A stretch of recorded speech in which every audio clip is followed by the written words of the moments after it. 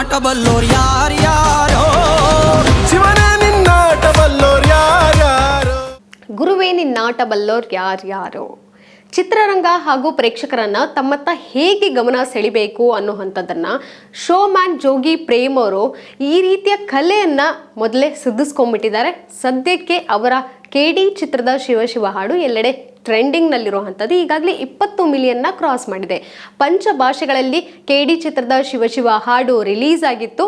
ಆದರೆ ಟ್ರೆಂಡಿಂಗ್ನಲ್ಲಿ ಕನ್ನಡದಲ್ಲಿ ನಂಬರ್ 1 ಆಗಿದೆ. ಯೂಟ್ಯೂಬ್ನಲ್ಲೂ ಸಹ ಟ್ರೆಂಡಿಂಗ್ ಲಿಸ್ಟಲ್ಲಿ ಹುಡುಕಿದ್ರೆ ಶಿವ ಶಿವ ಹಾಡು ನಿಮಗೆ ಸಿಗುತ್ತೆ. ಜೋಗಿ ಪ್ರೇಮ್ ಅಂದ್ರೆ ಹಾಗೆ ಒಂದಷ್ಟು ಪ್ರಾಮುಖ್ಯತೆಯನ್ನು ಅವರು ಹಾಡಿಗಂತಲೇ ಮೀಸಲಿಟ್ಟಿರ್ತಾರೆ. ಅದೇ ರೀತಿ ಸಿನಿಮಾ ಕಾನ್ಸೆಪ್ಟ್ಗೂ ಹೆಚ್ಚಾಗಿ ಅವರ ಚಿತ್ರದ ಹಾಡುಗಳು ಸದ್ದು ಮಾಡ್ತಿರ್ತವೆ. ಜನಪದ ಗೀತೆಯ ಮೊದಲ 2 ಸಾಲುಗಳನ್ನು ಇಲ್ಲಿ ತೆಗೆದುಕೊಂಡು ಬರೆಯಲಾಗಿದೆ. ಮಂಜುನಾಥ್ ಅವರು ಸಾಹಿತ್ಯವನ್ನು ರಚಿಸಿದರೆ ಕೈಲಾಶ್ ಖೇರ್ ಹಾಗೂ ಜೋಗಿ ಪ್ರೇಮ್ ಅವರು ಇದಕ್ಕೆ ಧ್ವನಿಯನ್ನು ಗೂಡಿಸಿದ್ದಾರೆ.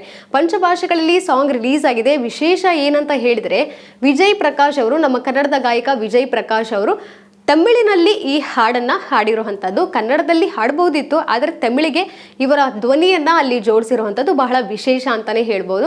ಇನ್ನು ಉಳಿದಂತೆ ಹಾಡಿನ ರೈಟ್ಸ್ ಈ ಮುಂಚೆನೇ ಆನಂದ್ ಆಡಿಯೋ ಅವರಿಗೆ ಸೇಲ್ ಆಗಿರುವಂಥದ್ದು ಎಲ್ರಿಗೂ ಗೊತ್ತಿರೋ ಹಾಗೆ 18 ಕೋಟಿಗೆ ಅದು ಸೇಲ್ ಆಗಿರುವಂಥದ್ದು. ಒಂದಷ್ಟು ಇಂಟ್ರೆಸ್ಟಿಂಗ್ ವಿಷಯಗಳು ಸಹ ಇದೆ. ಮತ್ತೊಂದು ಏನು ವಿಶೇಷ ಅಂತ ಹೇಳಿದರೆ ಶಿಲ್ಪಾ ಶೆಟ್ಟಿ ಅವರು 17 ವರ್ಷಗಳ ನಂತರ KD ಸಿನಿಮಾ ಮೂಲಕ ಕನ್ನಡ ಚಿತ್ರರಂಗಕ್ಕೆ ಕಂಬ್ಯಾಕ್ ಆಗ್ತಿರೋದು. ಅದು 17 ವರ್ಷದ ನಂತರ ಅನ್ನುವಂಥದ್ದು ಬಹಳ ಇಂಟ್ರೆಸ್ಟಿಂಗ್ ಪಾಯಿಂಟ್. ಸಂಜಯ್ ದತ್ ಅವ್ರು ಇರ್ಬೋದು, ಶಿಲ್ಪಾ ಶೆಟ್ಟಿ ಇರ್ಬೋದು, ಒಂದಷ್ಟು ಕುತೂಹಲ ಹುಟ್ಟಿಸುವಂತಹ ಒಂದಷ್ಟು ತಾರಾಗಣ ಈ ಸಿನಿಮಾದಲ್ಲಿ ಇದ್ದಾರೆ.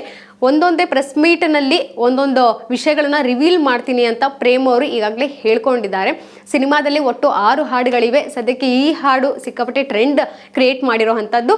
ಇನ್ನು ಮುಂದಿನ ಹಾಡುಗಳು ಯಾವ ರೀತಿ ಬರ್ತವೆ, ಇದೊಂದು ಹಾಡು ಜನಪದ ಸ್ಟೈಲ್ನಲ್ಲಿ ಬಂದರೆ ಇನ್ನು ಮಿಕ್ಕಿದ ಹಾಡುಗಳು ಇನ್ನು ಯಾವ ರೀತಿ ಇರ್ಬೋದು, ವೆಸ್ಟ್ರನ್ ಹಾಗೂ ಫೋಕ್ ಎರಡೂ ಸೇರಿಸಿ ಜೋಡಿಸಿ ಯಾವ ರೀತಿ ಸಿನಿಮಾದಲ್ಲಿ ಇದನ್ನು ತೆರೆ ಮೇಲೆ ತೋರಿಸಲಾಗಿದೆ ಅನ್ನುವಂಥ ಒಂದು ಕುತೂಹಲ ಸಹ ಈಗ ಪ್ರೇಕ್ಷಕರಲ್ಲಿ ಮೂಡಿ ಬಂದಿರುವಂಥದ್ದು. ಒಟ್ಟಾರೆ ಕನ್ನಡದ ಒಂದು ಹಾಡು ಬಹಳ ದಿನಗಳ ನಂತರ ಟ್ರೆಂಡ್ ಕ್ರಿಯೇಟ್ ಮಾಡಿದೆ ಅಂತ ಹೇಳಿದ್ರೆ ತಪ್ಪಾಗಲ್ಲ. ಈ ಹಿಂದೆ ಕೃಷ್ಣಂ ಪ್ರಣಯ ಸಖಿ ಸಿನಿಮಾದ ಹಾಡು ನೀವೆಲ್ಲರೂ ಕೇಳಿರೋ ಹಾಗೆ ಅದು ಸಹ ಸಿಕ್ಕಾಪಟ್ಟೆ ಟ್ರೆಂಡ್ನಲ್ಲಿತ್ತು. ಅದಾದಮೇಲೆ ಈ ಹಾಡಿಗೆ ರೀಲ್ಸ್ ಈಗಾಗಲೇ ಶುರುವಾಗಿರುವಂಥದ್ದು. ಇನ್ನು ಸಿನಿಮಾ ರಿಲೀಸ್ ಡೇಟ್ ಅನೌನ್ಸ್ ಮಾಡಿದ್ರೆ ಇನ್ನು ಯಾವ ರೀತಿ ಕುತೂಹಲ ಸೃಷ್ಟಿಸುತ್ತೆ, ಬಾಕ್ಸ್ ಆಫೀಸ್ನಲ್ಲಿ ಯಾವ ರೀತಿ ಧೂಳು ಎಬ್ಬಿಸುತ್ತೆ, ಈ ಎಲ್ಲ ಪ್ರಶ್ನೆಗಳನ್ನು ಎದುರು ನೋಡ್ತಿದ್ದೀವಿ. ಪ್ರೇಕ್ಷಕರ ಮುಂದೆ ಸಹ ಜೋಗಿ ಪ್ರೇಮ್ ಅವರು ಸಿನಿಮಾವನ್ನು ಒಪ್ಪಿಸಿದ್ದಾರೆ. ಇನ್ನು ಮುಹೂರ್ತ ಮಾತ್ರ, ಇದಕ್ಕೆ ಡೇಟ್ ಫಿಕ್ಸ್ ಮಾಡಿ ಮುಹೂರ್ತ ಮಾತ್ರ ಕೊಡೋದೊಂದು ಬಾಕಿ ಇದೆ.